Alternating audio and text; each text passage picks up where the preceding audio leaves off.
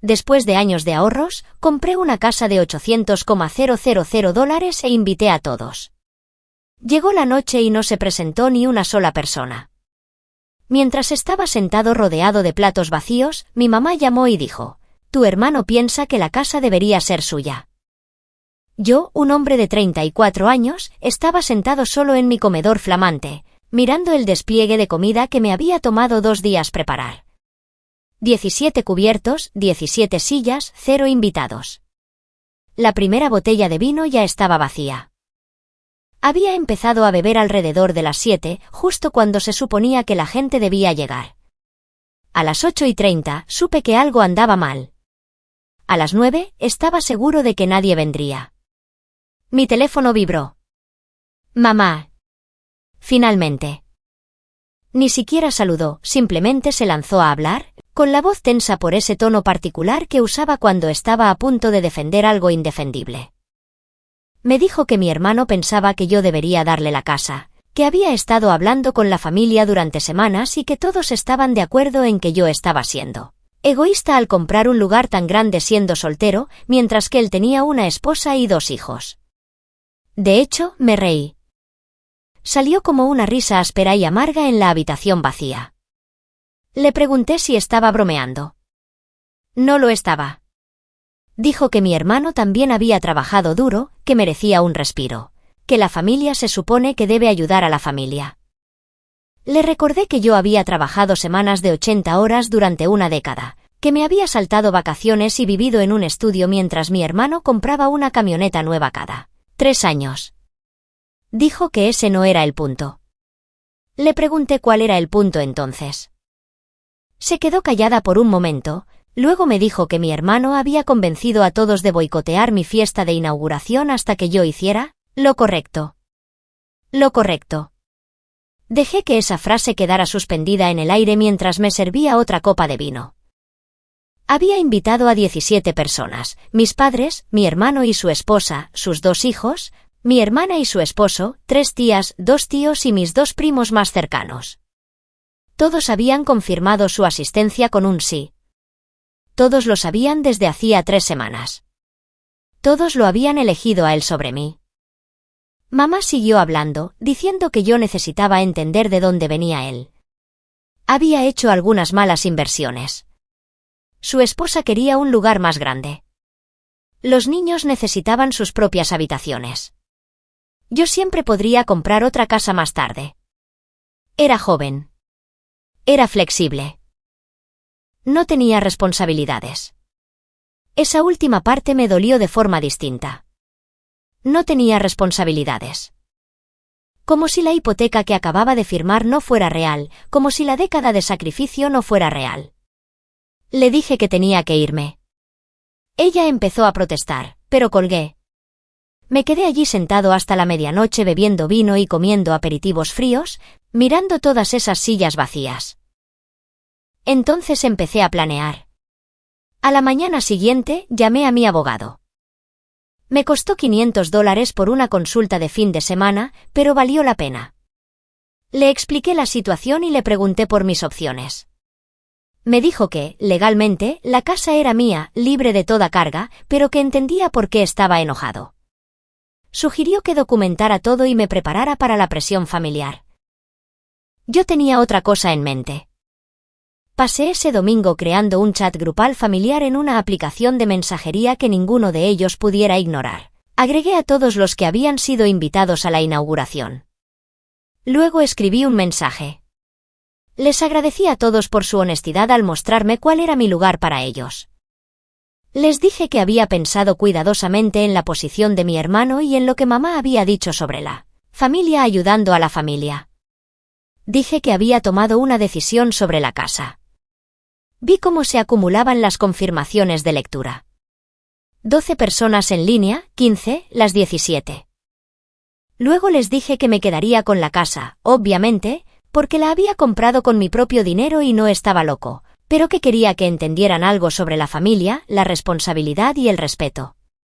Les expliqué que, durante el próximo mes, cada uno de ellos recibiría una factura.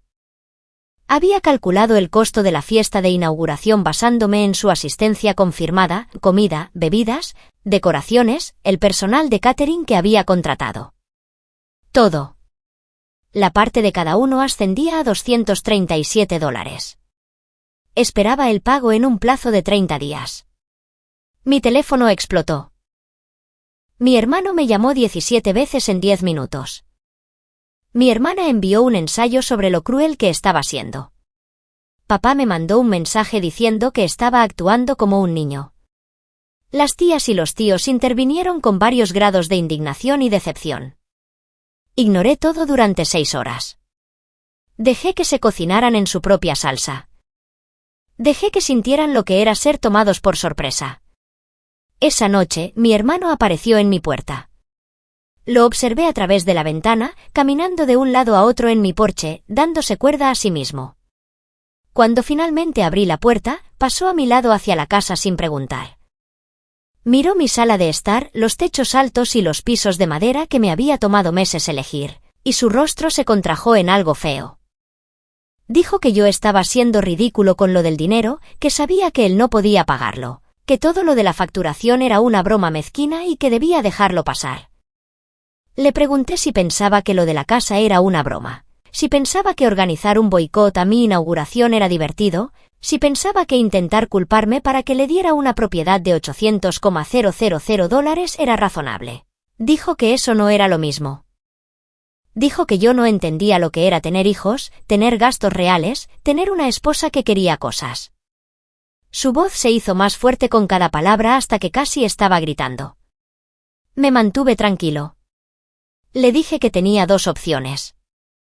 Podía pagar los $237 y tal vez, eventualmente, podríamos trabajar para reconstruir algún tipo de relación, o podía irse de mi casa y no volver a contactarme nunca más. Eligió la opción 3, que yo no había ofrecido. Me dijo que yo estaba muerto para él, que toda la familia se pondría de su lado y que me arrepentiría de esto. Luego se fue, asegurándose de dar un portazo a mi puerta nueva tan fuerte que me preocupé por el marco. Envié las facturas al día siguiente. Facturas reales, formateadas profesionalmente con listas detalladas e instrucciones de pago. 3 personas pagaron en una semana, mi primo más joven y 2 de las tías. Cada uno incluyó una nota. El primo se disculpó y dijo que se había sentido presionado a participar en el boicot. Las tías fueron más reservadas, pero sus pagos hablaban con suficiente claridad. Todos los demás se reafirmaron en su postura. Mis padres lo llamaron extorsión. Mi hermana publicó cosas vagas en las redes sociales sobre miembros de la familia tóxicos que valoran el dinero, por encima de las relaciones. Mi hermano empezó a decirle a la gente que yo lo había amenazado. No intervine. Simplemente esperé. 2 semanas después de enviar las facturas, mi hermano cometió su primer error. Inició un GoFundMe. La página se titulaba «Ayuda a una familia a escapar de una situación de vivienda tóxica», y presentaba fotos de sus hijos luciendo tristes en sus habitaciones aparentemente inadecuadas. La descripción era una obra maestra de la manipulación, hablando de un miembro de la familia anónimo que se había negado a ayudar a pesar de tener los medios, sobre niños sufriendo debido a la codicia de una persona. No me mencionó por mi nombre, pero todos lo sabían. Lo compartió por todas partes, etiquetó a parientes lejanos que apenas recordaba e incluso lo publicó en algunos grupos comunitarios locales. Recaudó $400 en 3 días. Entonces alguien que realmente conocía la situación comentó con la verdad. El comentario explicaba que el miembro tóxico de la familia había comprado su propia casa con su propio dinero y que mi hermano estaba enojado porque pensaba que él se la merecía. Expuso el boicot, la manipulación y la actitud de superioridad. Fue detallado, condenatorio y absolutamente verídico. Mi hermano borró el GoFundMe en menos de 1 hora, pero las capturas de pantalla viven para siempre. Se difundieron por la red familiar más rápido de lo que lo habían hecho sus peticiones originales de simpatía. Fue entonces cuando la marea empezó a cambiar. Mi hermana me llamó, no para disculparse, sino para preguntarme si realmente les había enviado facturas a todos. Confirmé que sí. Me preguntó por qué estaba siendo tan vengativo. Le pregunté por qué había participado en un boicot coordinado contra mi fiesta de inauguración. No tuvo respuesta para eso. Luego dijo algo interesante. Me dijo que solo lo había hecho porque mi hermano había hecho que pareciera que yo había aceptado pensar en su oferta, que él había presentado el boicot como una forma de darme espacio para tomar la decisión correcta. Ella pensaba que yo estaba de acuerdo con la posibilidad de ayudarlo. Le pregunté si eso tenía sentido, incluso en su versión. ¿Por qué necesitaría espacio si ya hubiera aceptado? ¿Por qué un boicot me ayudaría a pensar? Se quedó callada. Luego admitió que sonaba estúpido ahora que lo decía en voz alta. Le hablé de la factura. Me preguntó si realmente esperaba que pagara. Dije que sí. Colgó, pero pagó. 2 días después, el dinero apareció con una nota de una sola palabra, perdón. Así iban 2 fuera, quedaban 14. Actualización 1. Las siguientes 3 semanas fueron de guerra psicológica. Aunque yo no era el que la libraba, simplemente seguí con mi vida, trabajando desde casa en mi oficina nueva, disfrutando de mi espacio y publicando fotos ocasionales en redes sociales de mis habitaciones perfectamente decoradas y mis cenas tranquilas en solitario. Mi hermano, mientras tanto, se estaba desmoronando. Se presentó en casa de mamá y papá borracho una noche y causó un escándalo, exigiendo que me obligaran a darle dinero si yo no le daba la casa. Papá tuvo que sacarlo físicamente de la propiedad. Mamá me llamó llorando, preguntándome qué le había hecho a mi hermano, como si su colapso fuera mi culpa. Le recordé que yo no le había hecho nada. Compré una casa, él decidió que se la merecía más. Intentó discutir, pero su corazón ya no estaba en ello. 4 personas más pagaron sus facturas, mi otro primo, una tía más y, sorprendentemente, mi tío y su esposa juntos. Sin notas esta vez, solo el pago. La esposa de mi hermano me llamó. Eso fue inesperado. Se disculpó por todo. Dijo que no sabía el alcance de lo que mi hermano había planeado. Pensaba que simplemente todos estaban rechazando la invitación, no que fuera una declaración coordinada. Dijo que mi hermano le había estado mintiendo sobre muchas cosas últimamente. Le pregunté si estaba bien. Dijo que no lo sabía. Luego me preguntó si la oferta de pagar la factura seguía abierta. Le dije que sí. Dijo que enviaría el dinero desde su cuenta personal, no desde la conjunta. Entendí lo que eso significaba. Mi hermano se enteró de alguna manera de que ella había pagado. Hubo otra escena, esta vez en su casa. Los vecinos llamaron a la policía. No se presentaron cargos, pero el daño ya estaba hecho. La familia ya no podía fingir que todo estaba bien. Papá me llamó por primera vez desde que empezó esto. Me dijo que tenía que retirar las facturas y disculparme con mi hermano, que estaba destrozando a la familia, que mamá estaba teniendo ataques de ansiedad y que esto había llegado demasiado lejos. Le pregunté si organizar un boicot a mi fiesta de inauguración había llegado demasiado lejos, si intentar manipularme para que regalara una casa de $800, 000 había llegado demasiado lejos, si dejarme sentado solo en mi nuevo hogar rodeado de comida que había hecho para ellos había llegado demasiado lejos. Dijo que eso era diferente. Le pregunté cómo. No pudo explicarlo. Entonces le dije algo que me había estado guardando. Le expliqué que las facturas no eran realmente por el dinero. $237 no era nada comparado con lo que habían hecho. Las facturas eran una prueba, una forma de ver quién podía reconocer que había cometido un error. Quién podía realizar una pequeña acción para demostrar que valoraba nuestra relación más que su orgullo. 7 personas habían pasado la prueba. 10 habían fallado. La matemática era simple. Papá se quedó callado por un largo rato. Luego preguntó si aceptaría el pago ahora, aunque fuera tarde. Dije que sí. Dijo que lo enviarían, tanto él como mamá. Le di las gracias. Me dijo que seguía siendo demasiado duro. Le dije que estaba siendo exactamente lo suficientemente duro. Colgamos en mejores términos de los que empezamos.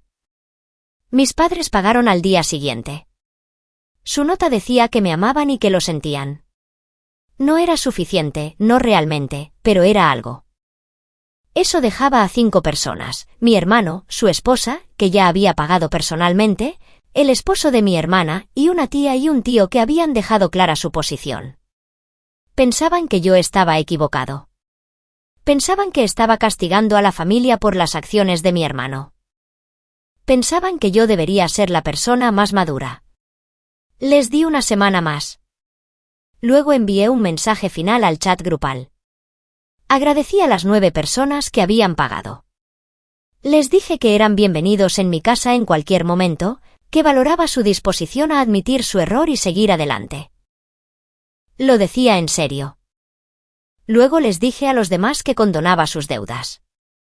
Ya no me debían dinero, pero tampoco eran bienvenidos en mi vida. Iba a bloquear sus números, eliminarlos de las redes sociales y les pedía que no me contactaran de nuevo.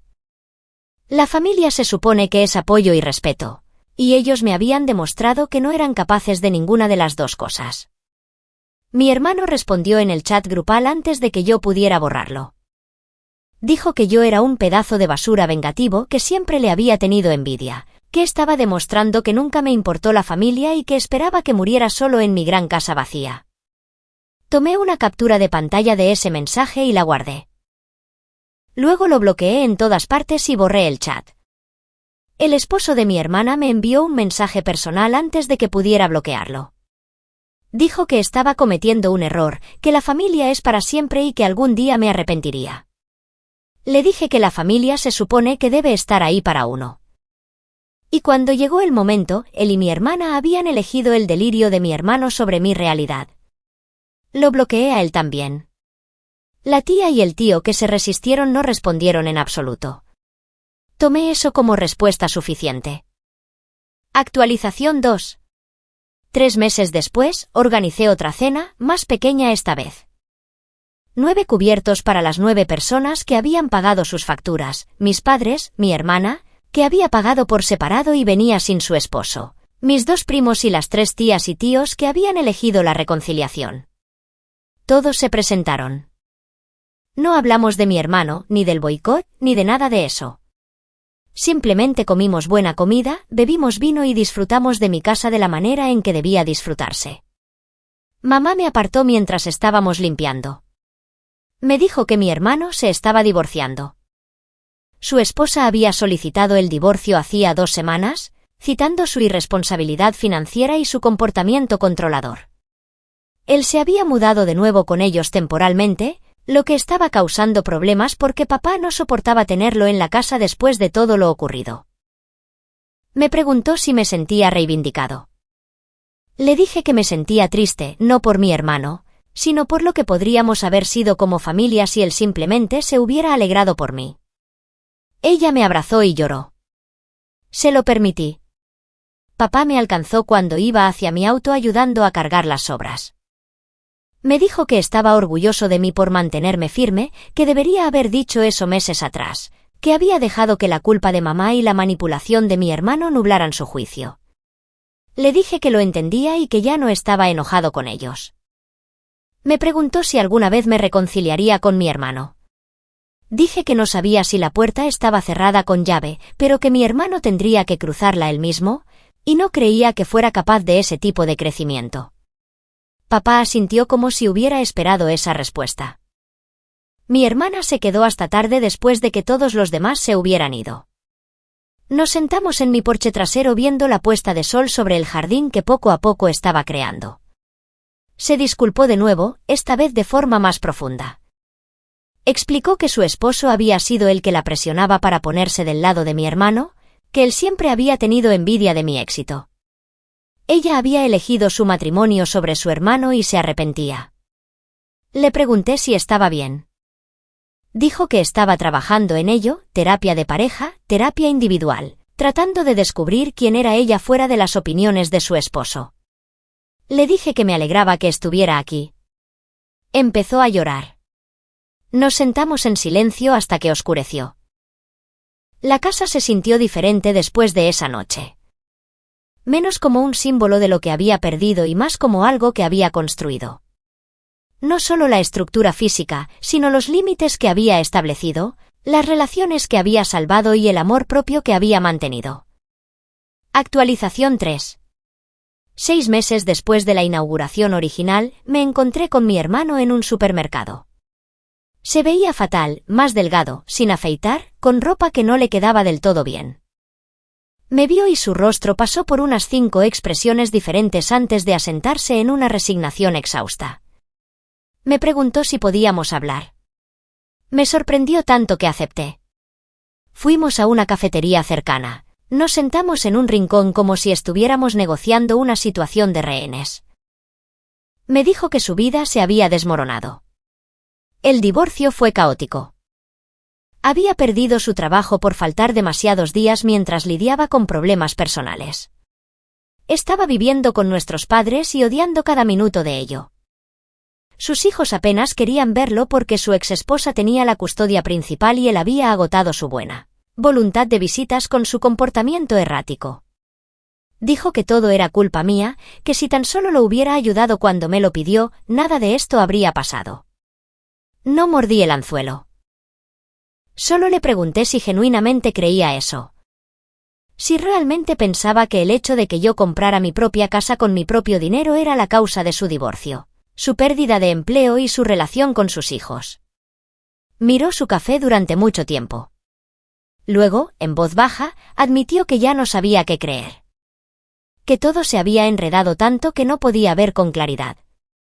Que había estado tan concentrado en lo que yo tenía que destruyó lo que él tenía. Fue lo más cercano a la autoconciencia que le había escuchado jamás. Le dije que no le iba a dar dinero. No le iba a dar la casa. No lo iba a rescatar, pero que si quería trabajar realmente en sí mismo, entender realmente por qué se había sentido con derecho a algo que no era suyo, estaría dispuesto a tomar un café de nuevo en algún momento. Me preguntó por qué le ofrecía eso siquiera. Le dije que, a pesar de todo, seguía siendo mi hermano y recordaba quién solía ser antes de que la envidia lo carcomiera vivo. Esa persona valía la pena salvarla si aún existía bajo todo el resentimiento. No prometió nada, solo asintió y se fue. No sé si volveré a saber de él. Una parte de mí espera que sí. Otra parte sabe que es más fácil si no es así. La casa ya está completamente amueblada. La tengo desde hace casi un año. Organizo cenas regularmente con los miembros de la familia que se han ganado su lugar en mi mesa. He empezado a salir con alguien que conocí por el trabajo y a ella le encanta el lugar tanto como a mí. La vida es buena. A veces pienso en esa primera noche sentado solo con 17 sillas vacías. En lo devastado que me sentí. En lo traicionado. No me arrepiento de lo que hice después, ni de las facturas, ni de los límites, ni de los ultimátums. A veces tienes que quemarlo todo para ver que vale la pena reconstruir. Mi hermano me enseñó que la familia no se trata de sangre u obligación. Se trata de estar ahí. Se trata de celebrar las victorias de los demás en lugar de resentirlas. Se trata de respeto. Y a veces, la familia que eliges es más pequeña que la familia en la que naces, pero es más fuerte por ello. Estoy bien con eso.